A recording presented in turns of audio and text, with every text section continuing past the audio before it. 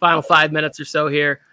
The Chargers seem to be the team leading the league in celebrating the Guardian cap. I'm seeing a lot of, they're wearing the sleeve. If they wear the Guardian cap, they're wearing the sleeve, that the game ready sleeve, into practice. Now that's also a Harbaugh thing, where Harbaugh is like, hey, we practice how we play. We're in full uniform for practice.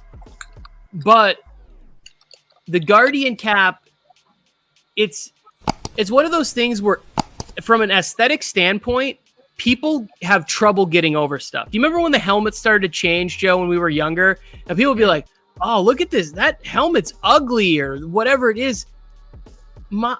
I'm big on aesthetics. Like, I like the way things look. I like to look nice when I go out or whatever. But for some reason, football helmets never bothered me, because in my mind, it's like, what's the safest way for these people to get into car crashes every week?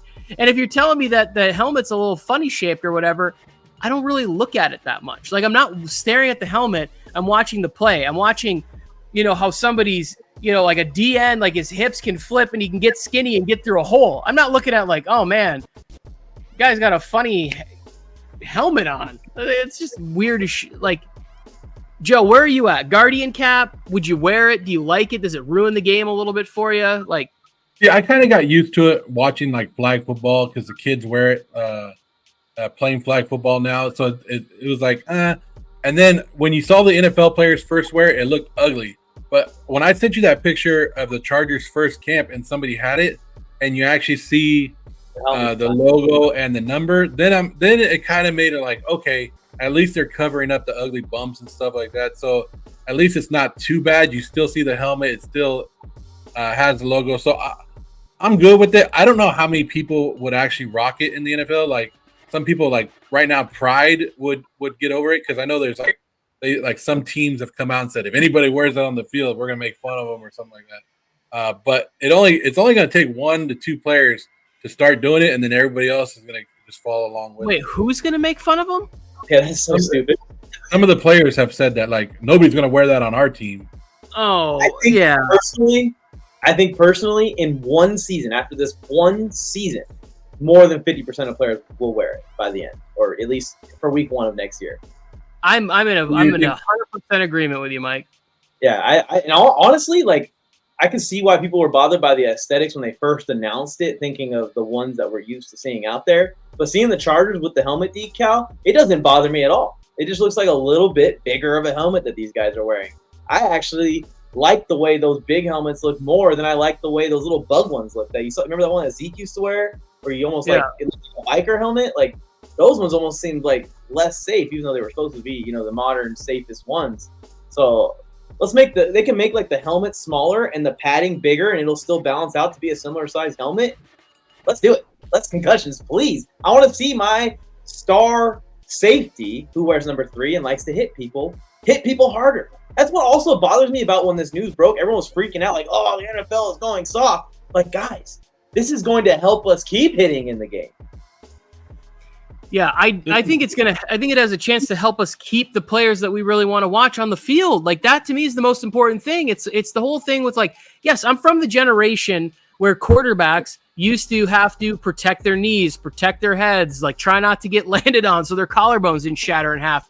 But yeah, there's something great about when quarterbacks are healthy and on the field. Like, so much of the conversation last year was like, oh, I can't even watch these Thursday night games. We got to watch backup core. We got to watch Jake Browning versus, Gardner Minshew. It's like, okay, yeah.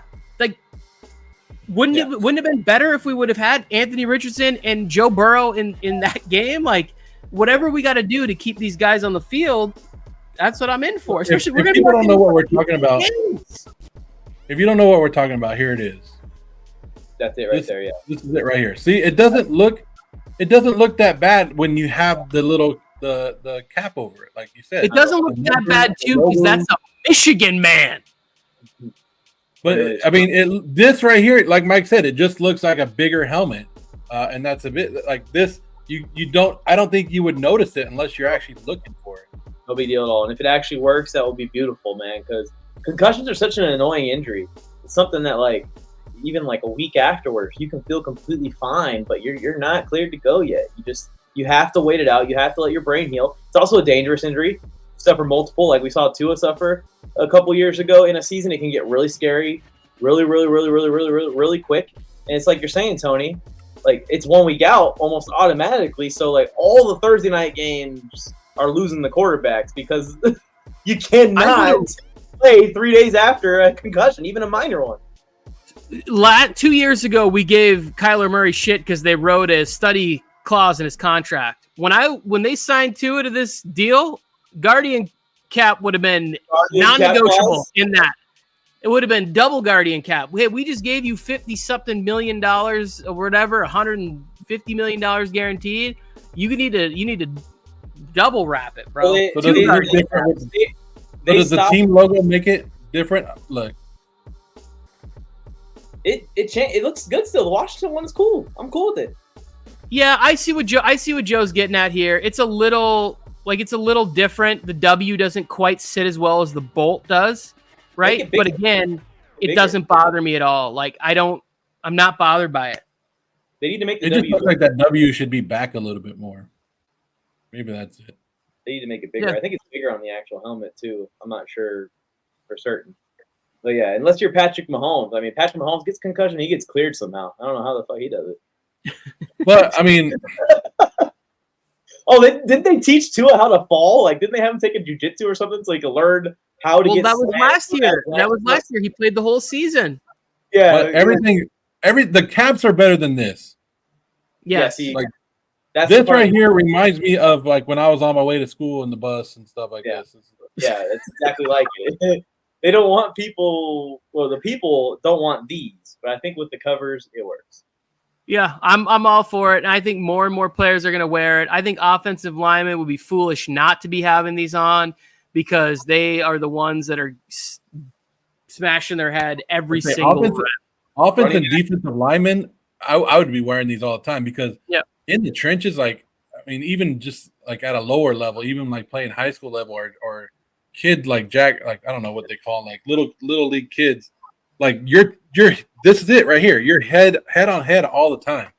So it feels like maybe the only position I might think about saying not is maybe like receiver or DB, like because they're trying to stay light, trying to keep everything light, not trying to have that extra weight. But how much do they actually freaking weigh? And also, if you're a receiver, go watch some Brendan Cook's big hits. Somehow he's always running into them. Go watch Emmanuel Sanders getting hit. I don't know why. But Emmanuel Sanders would find Kareem Jackson and ask him to hit him before he was a Bronco, too.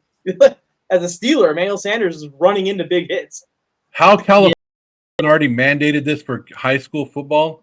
Like, everybody has to do it? I don't know. Because California usually is ahead of everything else. So that's also makes so much sense, Joe, for kids, like where your brain's developing still. Like the injuries are magnified a ton more. You're right. They should make it mandatory for these helmets in high school. When I first started watching hockey back in like the late 80s, there were guys that were grandfathered in where they didn't have to wear helmets.